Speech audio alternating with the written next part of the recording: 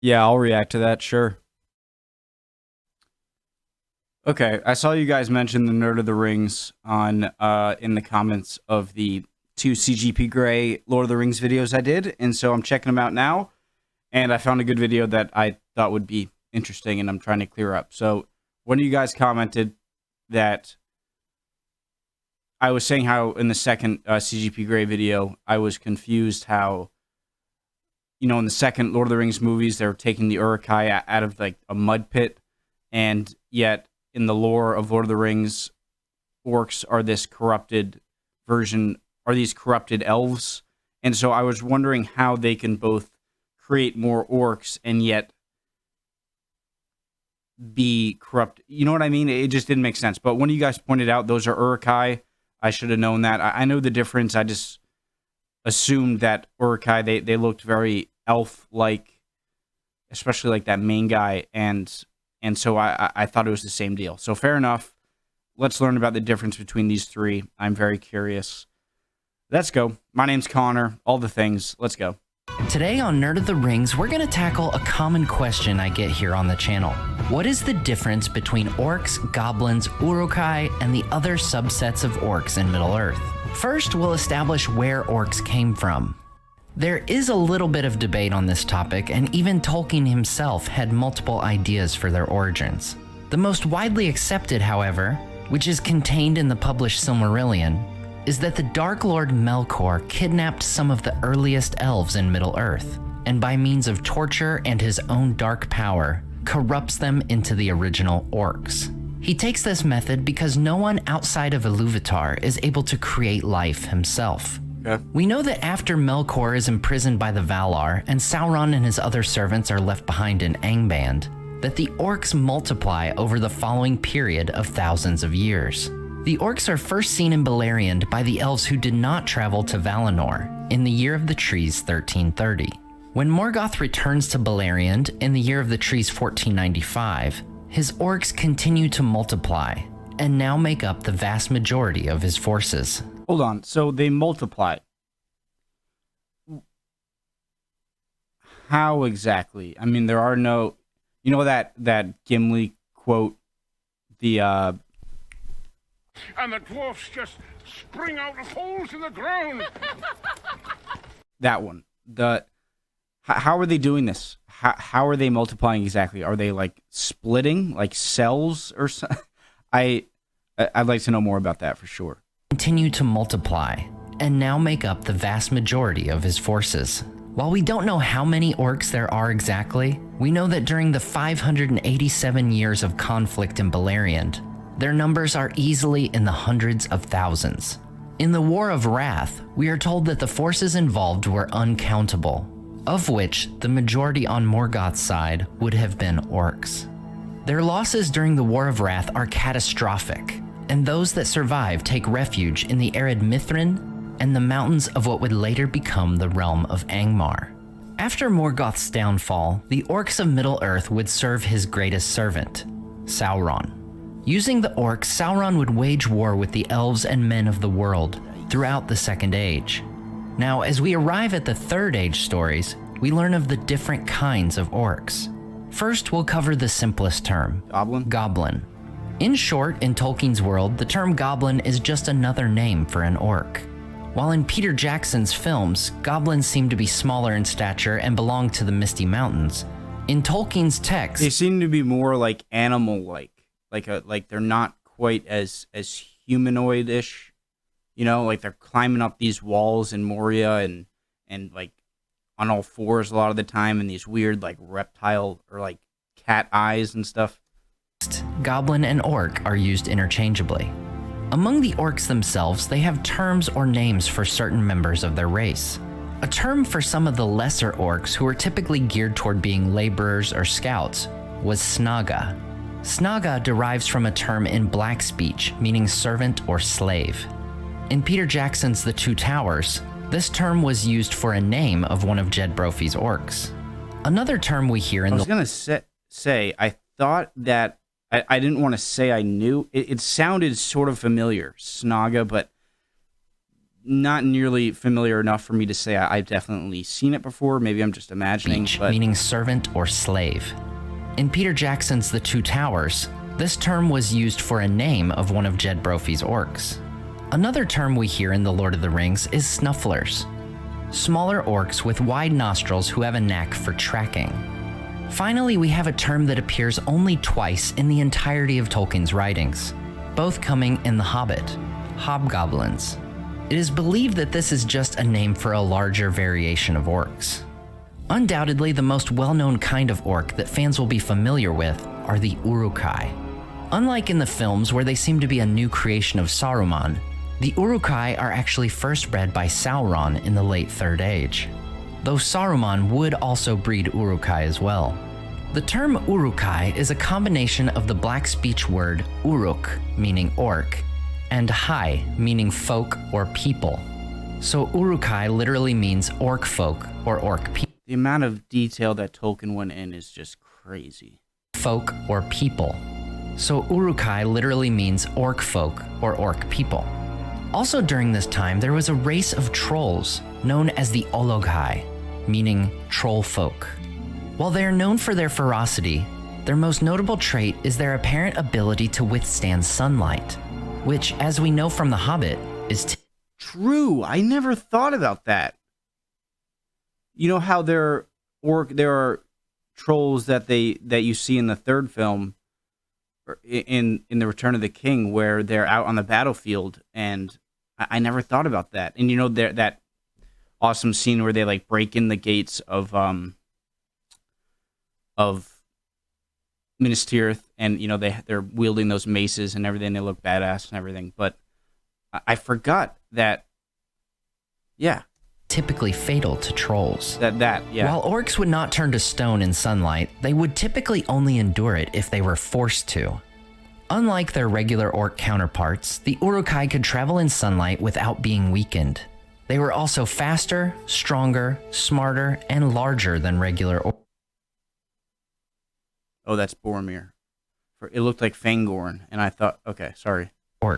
They were also faster, stronger, smarter, and larger than regular orcs.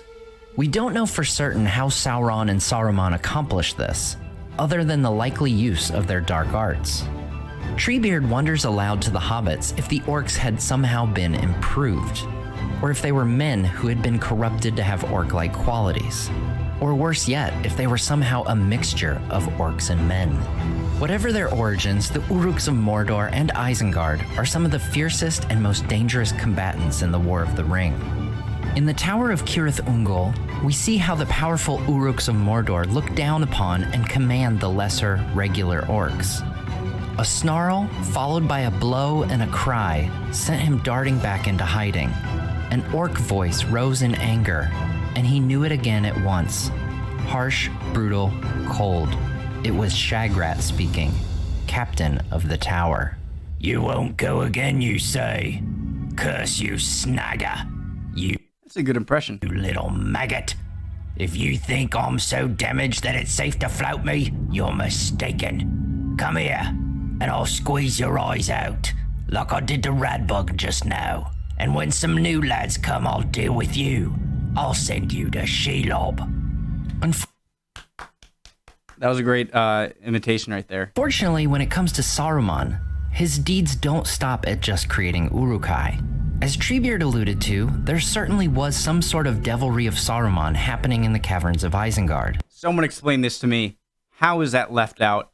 It was only until like college when I saw it again. I had seen Lord of the Rings. I never saw it in theaters, but the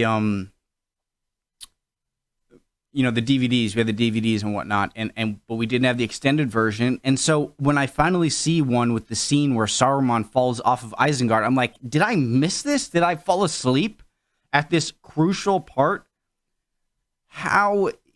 Okay, I understand the Tom Bombadil. Someone justify leaving Saruman's death out of the film.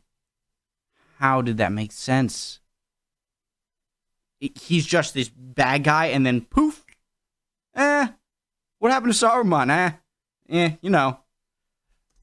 as there are two more variations of orcs which he brings about: half-orcs and goblin men. Half-orcs were actually large, evil men who possessed orcish features. These half-orcs were among the Dunlendings, who served Saruman in the Battle of the Hornburg. Okay, but they're not actually related to orcs. Where most were destroyed.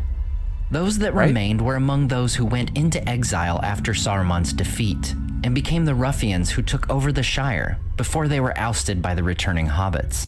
Again, something I understand this, I guess, being left at maybe, but like the movie was long enough as it was. Another possible example of a half-orc is the squint-eyed Southerner, one of Saruman's agents stationed near the Shire, who would eventually turn into an informant of the Nazgul.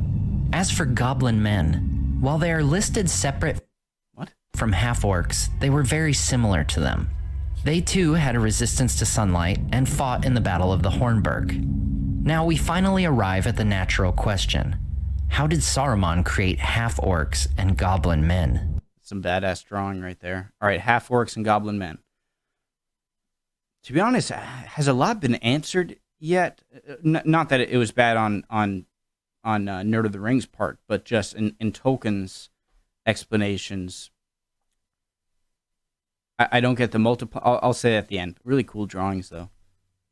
For the likely answer, we turn to History of Middle-earth Volume 10, Morgoth's Ring.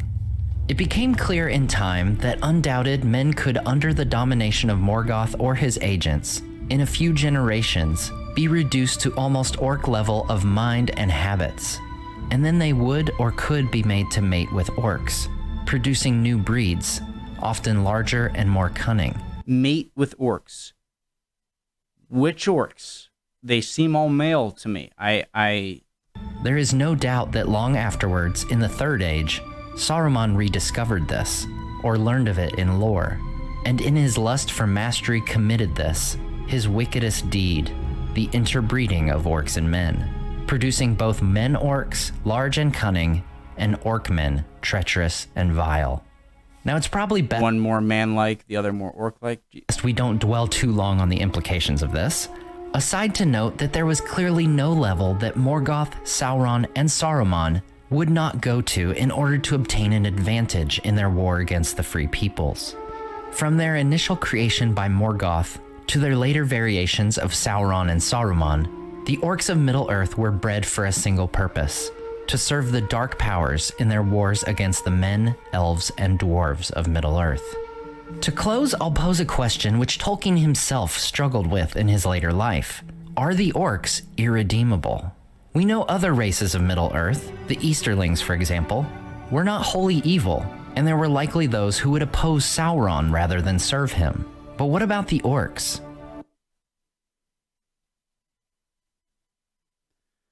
I would say, well, obviously not, since they were created simply for this task, but they are corrupted elves, and so is there a way to show their non-corrupted side? I guess that's a topic for debate. But, I mean, they seem to be... It's hard to imagine. Are they creatures evil to the core? This is a topic made for great discussion, and I want to hear your thoughts in the comments. If you enjoyed this video, please hit subscribe and the bell so you never miss your weekly dose of Nerd of the Ring. Awesome video, awesome channel. So, it seems like the big overall question, what are orcs? Only, Iluvatar could make new life, and so Morgoth had to, since he didn't have that power, he had to corrupt a race in order to serve him. That's the orcs. He chose to corrupt the elves, and all of these other kind of orc sub-races kind of appeared over time, or at least were distinguished over time. Some less able to withstand sunlight and stuff like that, but a few giant questions still remain for me. The biggest one is, how do they multiply? And hey, this is a story that's made up. It's not like there has to be an answer for everything, but because of Tolkien's depth of creation here, I wouldn't be surprised if there is an answer, but if not, I'm okay with that. If the answer is, I don't know, it was never written about. fair enough. You can't write about everything, but that's my big one is how they multiply. That's what I'd like to know. And it seems like the other, Uruk-hai and whatnot are just